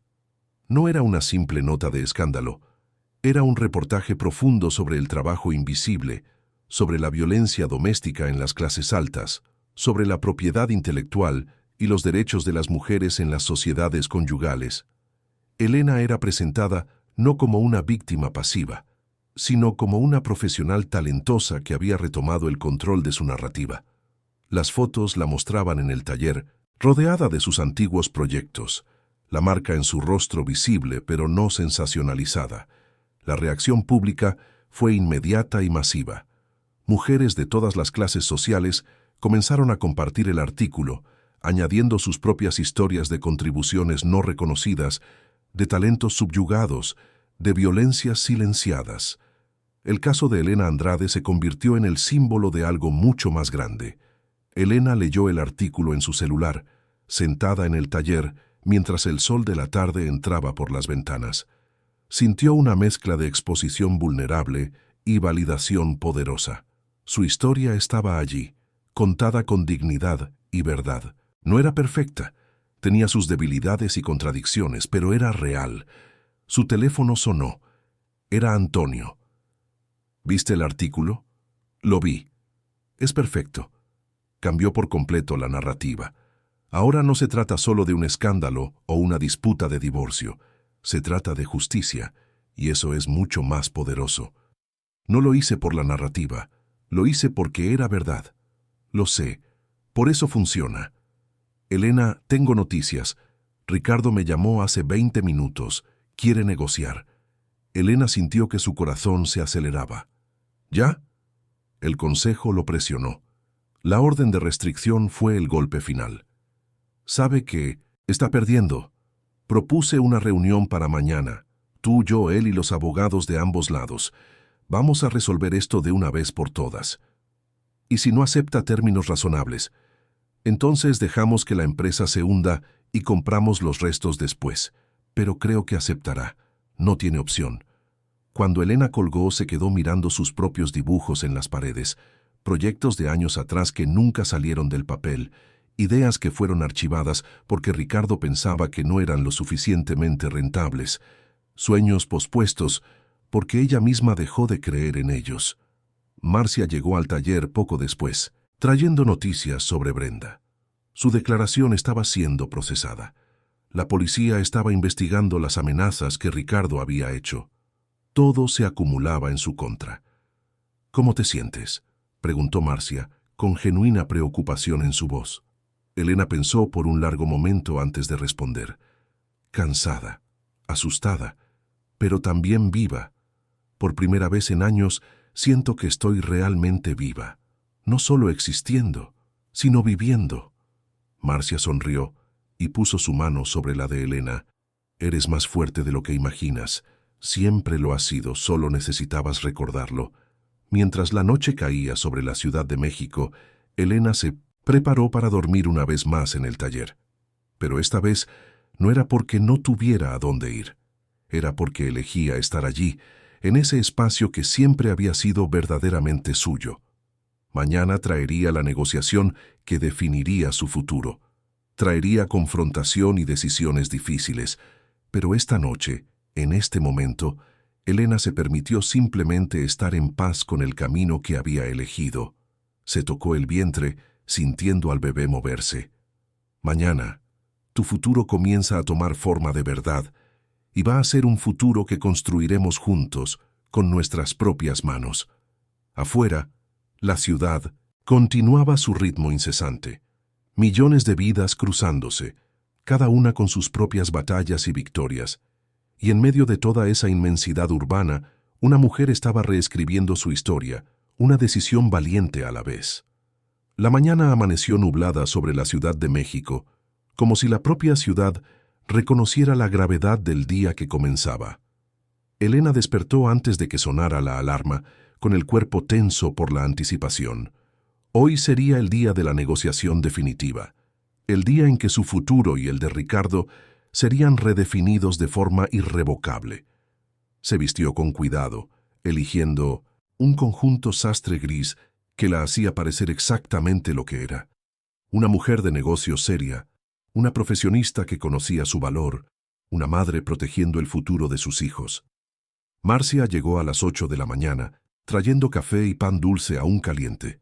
Repasaron la estrategia una última vez, los términos no negociables, los puntos en los que podrían ceder, el objetivo final. No era destruir a Ricardo, aunque Elena sabía que muchos esperaban eso de ella. Era garantizar el reconocimiento, una compensación justa y la autonomía para reconstruir su carrera. A las 9:30, el auto de Antonio se detuvo frente al taller. Bajó impecablemente vestido, acompañado de 2 abogados que cargaban voluminosos portafolios. Saludó a Elena con un abrazo respetuoso. ¿Lista para cambiar el juego? Nací lista, solo que no lo sabía hasta ahora. La reunión se había programado en territorio neutral, un despacho de abogados de alto nivel especializado en mediación corporativa. El lugar estaba en uno de los edificios más nuevos de la zona financiera, todo de cristal espejado y diseño minimalista. Cuando llegaron, los condujeron a una amplia sala de juntas en el 15º piso, con una vista panorámica de la ciudad. Una larga mesa de madera oscura dominaba el espacio, rodeada de sillas de cuero. Agua, café y documentos ya estaban preparados. Ricardo llegó 15 minutos después, acompañado por 3 abogados y Augusto Fernández, el presidente del consejo. Elena lo vio entrar y casi no reconoció al hombre que tenía delante.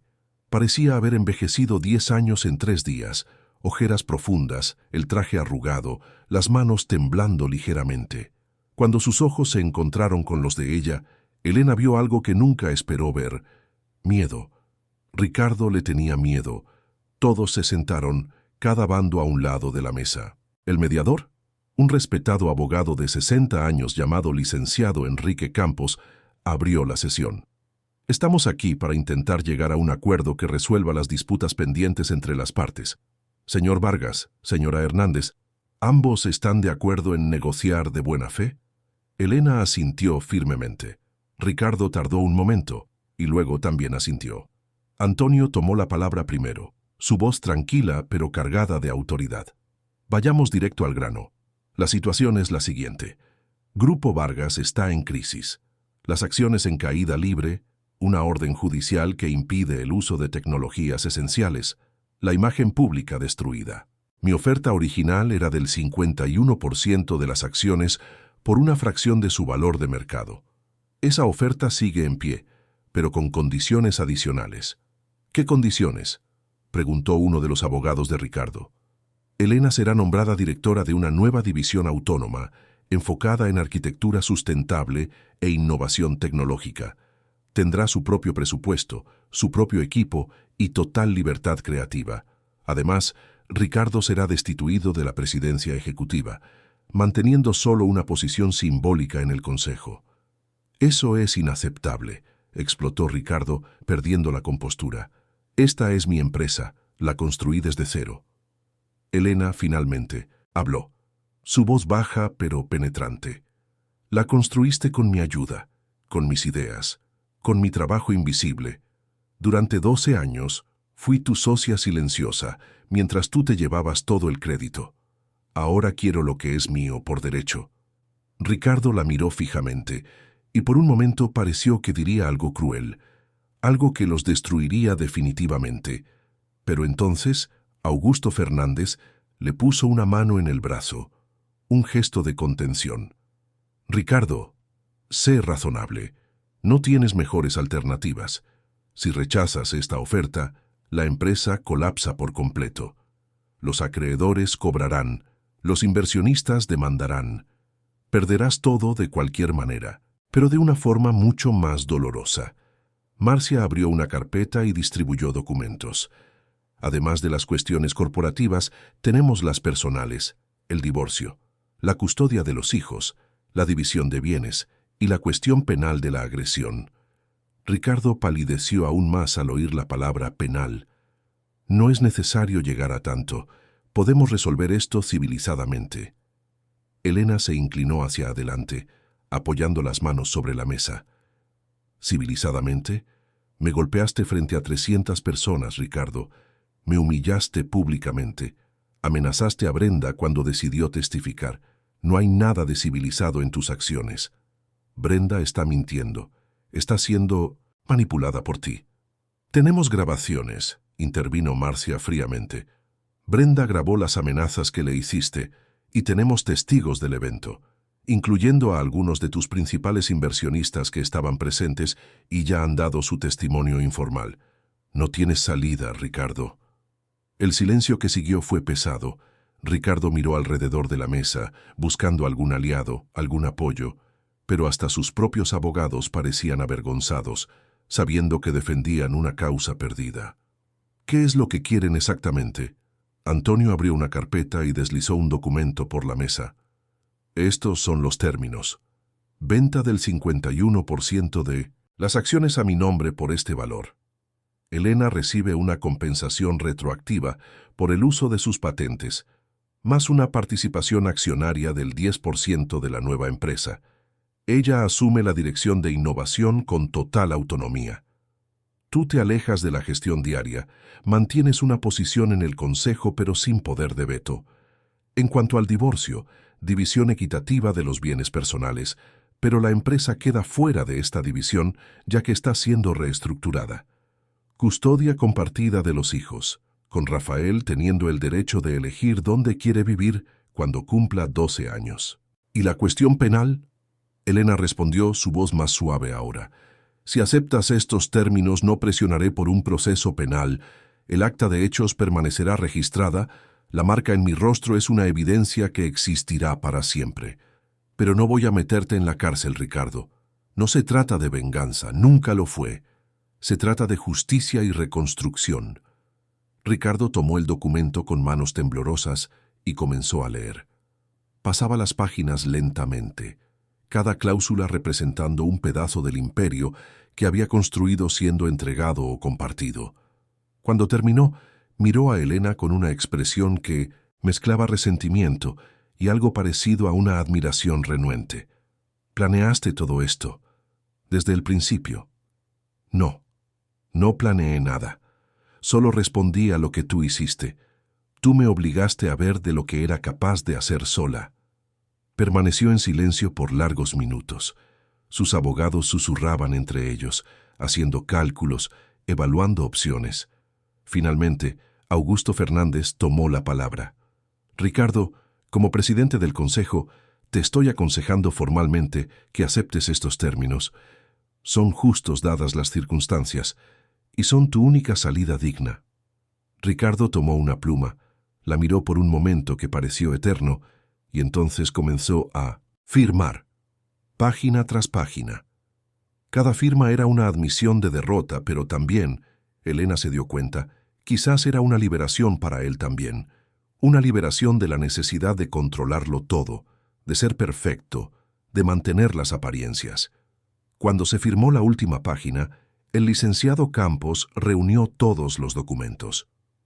Oficialmente, tenemos un acuerdo. Los documentos se registrarán hoy mismo. Los cambios corporativos se anunciarán mañana. En cuanto a los aspectos personales del divorcio, se procesarán normalmente a través del sistema judicial, pero con este acuerdo como base. Ricardo se levantó lentamente, como si cargara el peso del mundo sobre sus hombros. Miró a Elena una última vez. Siempre fuiste más fuerte de lo que imaginé. Perdón por haber tardado tanto en darme cuenta, y perdón por todo lo que hice. No eran disculpas suficientes. Elena lo sabía, pero eran un comienzo, un reconocimiento tardío, pero real. Cuídate, Ricardo. De verdad, busca ayuda, porque la vida que estabas viviendo no era sostenible para nadie. Él asintió y salió de la sala, seguido por sus abogados. Augusto se quedó, estrechando la mano de Antonio y luego la de Elena. Hicieron lo correcto, para la empresa y para todos los involucrados. Elena, será un honor tenerte oficialmente en la empresa. Cuando finalmente salieron del despacho, ya era media tarde. El sol había roto las nubes, bañando la ciudad en una luz dorada. Elena, Antonio y Marcia se quedaron parados en el estacionamiento por un momento, procesando lo que acababa de suceder. «Lo logramos», dijo Antonio sonriendo. «Cambiamos el juego por completo». Elena se tocó el vientre, sintiendo al bebé moverse como si también celebrara. «No, construimos un juego nuevo, con reglas diferentes, con justicia de verdad». 3 meses después, el escenario era completamente diferente. El taller en la calle Ámsterdam se había transformado. No solo remodelado, sino expandido, ocupando ahora todo el edificio de 3 pisos. La planta baja se había convertido en un espacio de exposición y recepción, con maquetas de los proyectos más recientes. El segundo piso albergaba las estaciones de trabajo, donde un equipo de 12 jóvenes arquitectos e ingenieros trabajaba en proyectos de arquitectura sustentable. El tercer piso estaba dedicado a la investigación y desarrollo de nuevas tecnologías verdes. Elena caminaba lentamente entre las mesas, su vientre ahora de 9 meses, haciendo de cada paso una aventura. Pero no le importaba. Por primera vez en años, se sentía completa. Sus proyectos estaban cobrando vida. Un centro comunitario sustentable en Iztapalapa, un complejo de vivienda popular con energía solar en Ecatepec, un parque urbano con sistemas de captación de agua de lluvia en la zona oriente. Cada proyecto llevaba su firma, Elena Andrade. Su nombre estaba de vuelta donde siempre debió haber estado, en los planos, en las presentaciones, en los premios que comenzaban a llegar de nuevo. Era una tarde de viernes cuando sintió la primera contracción. Estaba revisando unos planos cuando un dolor agudo le atravesó el abdomen. Ana Paula, una joven arquitecta que se había convertido en su mano derecha, se dio cuenta de inmediato. «Elena, ¿estás bien?» «Creo que el bebé ha decidido que es hora de conocer el mundo». El parto fue largo, pero sin complicaciones. Marcia estuvo allí, sosteniendo su mano. Antonio pasó por el hospital, llevando flores y palabras de aliento. Y cuando finalmente, a las 6 de la mañana del sábado, el bebé nació, Elena lloró no de dolor, sino de alegría absoluta. Era una niña, pequeña, perfecta, con pulmones poderosos que anunciaban su llegada al mundo. Elena la sostuvo en sus brazos, mirando ese rostrito arrugado, y susurró: «Bienvenida, Sofía. Naciste en un mundo donde tu mamá es dueña de su propia historia, y me aseguraré de que tú siempre seas dueña de la tuya también». 2 semanas después, ya en casa en su nuevo departamento, un espacio moderno pero acogedor en Coyoacán, Elena recibió una llamada que la hizo llorar. Era Rafael, su hijo de 9 años, llamando desde Suiza. «Mamá, vi tu foto en los periódicos. Vi que ahora tienes una empresa y que nació Sofía. ¿Puedo ir a visitar en las vacaciones?» Su voz sonaba diferente, más cercana, como si la distancia física finalmente se estuviera acortando por la conexión emocional que Elena había reconstruido. «Claro que puedes, mi amor. Te estoy esperando. Tengo tanto que mostrarte, tanto que contarte». Cuando colgó, abrazó a Sofía que dormía en sus brazos y sintió por primera vez en mucho tiempo que estaba completa. No porque tuviera un hombre a su lado, o porque tuviera éxito profesional, o porque tuviera dinero, sino porque finalmente se había reencontrado, porque era plena y totalmente Elena Andrade. 6 meses pasaron en un torbellino de actividades. El despacho creció, se ganaron nuevos proyectos. Elena dio conferencias en universidades sobre propiedad intelectual y los derechos de las mujeres en sociedades conyugales. Su historia inspiró cambios en leyes estatales sobre el reconocimiento del trabajo no remunerado en empresas familiares. Rafael pasó las vacaciones de verano con ella. Fue difícil al principio, había una distancia que superar, pero poco a poco, con paciencia y presencia genuina, Elena reconstruyó la relación con su hijo. Él conoció a su hermanita, quedó encantado con ella, jugó en el taller, conoció al equipo, hizo preguntas inteligentes sobre los proyectos, y el último día antes de volver a Suiza, abrazó a Elena con fuerza y susurró: «Estoy orgulloso de ti, mamá, de verdad». Eran palabras que nunca imaginó oír, y que valían más que cualquier premio o reconocimiento profesional. Un año después de la cachetada que lo cambió todo, Elena estaba en el escenario del Palacio de Bellas Artes recibiendo el Premio Nacional de Arquitectura Sustentable por su proyecto del Centro Comunitario en Iztapalapa.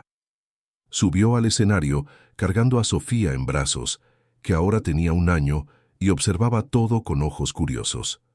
Cuando llegó al micrófono, Elena miró al público repleto de arquitectos, ingenieros, periodistas y autoridades. Vio a Antonio sentado en la primera fila, aplaudiendo. Vio a Marcia, su amiga y abogada, con lágrimas en los ojos. Vio a miembros de su equipo, jóvenes talentos que estaba formando, y vio también a algunas de las mujeres que la habían contactado después de leer su historia, mujeres que encontraron el valor para salir de situaciones difíciles, para reivindicar sus talentos, para no aceptar menos de lo que merecían. Comenzó a hablar, su voz clara y firme. Hace 1 año y medio, yo era invisible. Invisible para el mundo, invisible profesionalmente, y lo que es más triste, invisible para mí misma. Me había perdido en una estructura que no valoraba mis contribuciones. Y cuando finalmente decidí salir de esa invisibilidad, descubrí algo fundamental, que el verdadero poder no viene de controlar a los demás. Viene de conocerse a uno mismo, de valorar sus propias capacidades, de tener el valor de reconstruir cuando todo parece perdido. Hizo una pausa, mirando a Sofía que jugaba con el trofeo. Este premio no es solo mío, es de todas las mujeres que trabajan en las sombras, que contribuyen sin reconocimiento, que crean sin crédito. Es de todas las que encontraron el valor para decir no a la falta de respeto, no a la violencia, no a la invisibilidad. Y es de todos los hombres que entienden que una verdadera sociedad significa compartir no solo responsabilidades, sino también reconocimiento y poder. El aplauso que siguió fue ensordecedor. Elena bajó del escenario con el trofeo en una mano y Sofía en la otra. La gente la felicitaba, le pedía fotos, quería hablar con ella. Pero ella solo podía pensar en lo extraña que era la vida. Cómo un momento de profunda humillación se había transformado en el catalizador de la mayor transformación de su vida. Esa noche, de vuelta en su acogedor departamento, después de acostar a Sofía, Elena se sentó en su mesa de dibujo portátil. Tenía un nuevo proyecto en mente, un centro de apoyo para mujeres víctimas de violencia doméstica, pero que fuera más que un refugio. Sería un espacio de reconstrucción, con talleres de capacitación, talleres creativos, asistencia jurídica y psicológica. Un lugar donde las mujeres pudieran no solo protegerse, sino reinventarse. Comenzó a dibujar las primeras líneas. Mientras el lápiz se deslizaba sobre el papel, creando formas que pronto se convertirían en realidad, Elena pensó en Ricardo. Había sabido por Antonio que estaba en tratamiento por problemas de alcohol e ira, que se había alejado por completo de los negocios, que estaba intentando reconstruir su relación con Rafael de una forma más sana. No sentía satisfacción por su caída, pero tampoco sentía culpa. Cada quien era responsable de sus elecciones. El teléfono vibró. Era un mensaje de Brenda. Después de todo lo que pasó, habían mantenido un contacto distante pero respetuoso. Brenda había regresado a su ciudad natal en el interior del país, lejos de los reflectores, reconstruyendo su vida de una forma más auténtica. El mensaje era simple. Gracias por mostrarme que es posible empezar de nuevo. Estoy feliz, Elena. De verdad. Y te deseo lo mejor. Elena sonrió y respondió con cariño. Perdonar no significaba olvidar, pero sí significaba no cargar con el peso del resentimiento. Significaba permitir que todos, incluyéndose a ella misma, tuvieran la oportunidad de crecer. Miró alrededor del departamento. Fotos de Rafael y Sofía decoraban las paredes, plantas verdes llenaban las esquinas, dando vida al espacio. Libros de arquitectura se apilaban junto a libros infantiles. Era un espacio imperfecto, a veces caótico, pero genuinamente suyo. Elena tomó el celular y grabó un audio para Rafael, algo que hacían todas las noches ahora. Hola, mi amor. Hoy fue un día especial. Gané un premio importante por el proyecto que te mostré en las vacaciones, ¿recuerdas? El centro comunitario. A Sofía le encantaron todas las luces del teatro. Está cada día más lista, igual que tú a su edad. Te amo mucho. Duerme bien allá en Suiza. Muy pronto estaremos juntos de nuevo. Envió el audio y luego miró por la ventana. La Ciudad de México brillaba afuera, millones de luces parpadeando en la oscuridad. Cada luz representaba una vida, una historia, una lucha.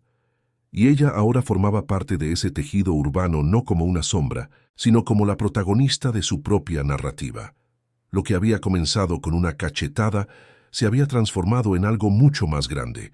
No se trataba solo de venganza o justicia, se trataba de una transformación genuina, sobre el valor de deshacer lo que ya no sirve para construir algo nuevo y verdadero, sobre entender que el final de algo puede ser el comienzo de todo.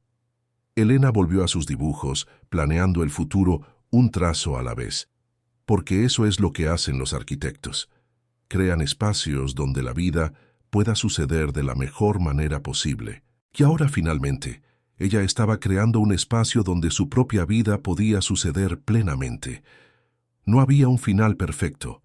No había un momento en que todos los problemas se resolvieran mágicamente. Pero había nuevos comienzos. Había días mejores. Había la elección constante de ser fiel a sí misma, de valorar sus propias capacidades, de no aceptar menos de lo que merecía. Y mientras dibujaba, mientras Sofía dormía en el cuarto de al lado, mientras la Ciudad de México respiraba afuera, Elena Andrade supo con absoluta certeza que estaba exactamente donde debía estar. No en las sombras de nadie, sino en la luz propia que siempre tuvo, y que ahora brillaba sin miedo ni vergüenza.